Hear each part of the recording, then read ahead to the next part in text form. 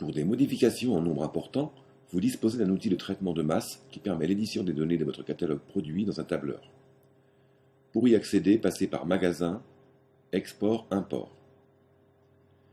Il vous est proposé de générer un fichier XLS contenant vos produits, vos sous-produits et votre stock, vos rayons et vos fournisseurs, et, si vous les utilisez, vous pourrez également traiter vos critères additionnels. Vous pouvez exporter tous vos produits, ou seulement ceux qui sont publiés uniquement, ou à l'inverse, ceux qui ne sont pas publiés. Exportons par exemple tous nos produits avec leur prix. Notez que la désignation du produit est précochée. En effet, il est pratique de disposer de la désignation pour identifier plus facilement chaque produit.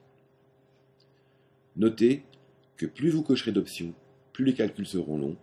Ne vous encombrez donc pas d'options inutiles. Le fichier XLS s'est téléchargé sur votre bureau. Ouvrons-le à présent. Il figure tout d'abord le numéro identifiant de vos produits, puis la désignation et le prix. Notez que cette colonne n'est pas modifiable. C'est le programme qui a attribué son numéro ID à votre produit. Vous ne pouvez ni ne devez le modifier. Modifions la désignation d'un produit, puis générons une erreur maintenant. Je vais remplacer le prix par du texte.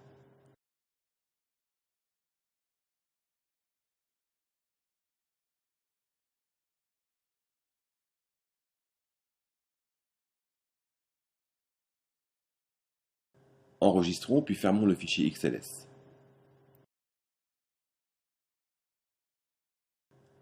Importons maintenant le fichier modifié.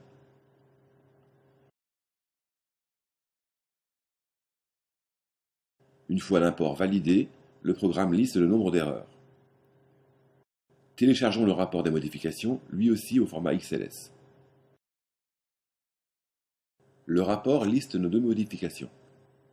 La première modification est OK, il s'agit de la modification du nom du produit. La seconde, en revanche, est problématique. Nous avons remplacé un prix par du texte. Le type d'erreur est donc indiqué en rouge. Reprenez le fichier exporté précédemment pour le corriger, puis chargez-le à nouveau.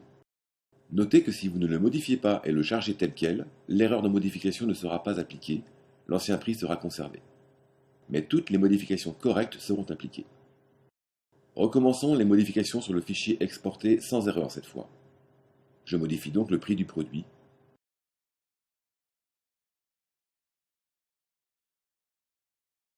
Puis je recharge le fichier modifié.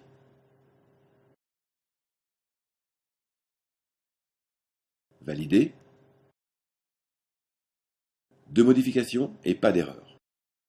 Téléchargeons le rapport de modification pour récupérer le code.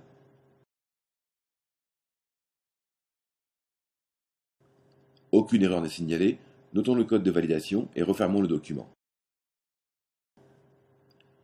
Il ne nous reste plus qu'à passer à l'étape 3, la confirmation des modifications. Entrons le code que nous avons noté, puis validons.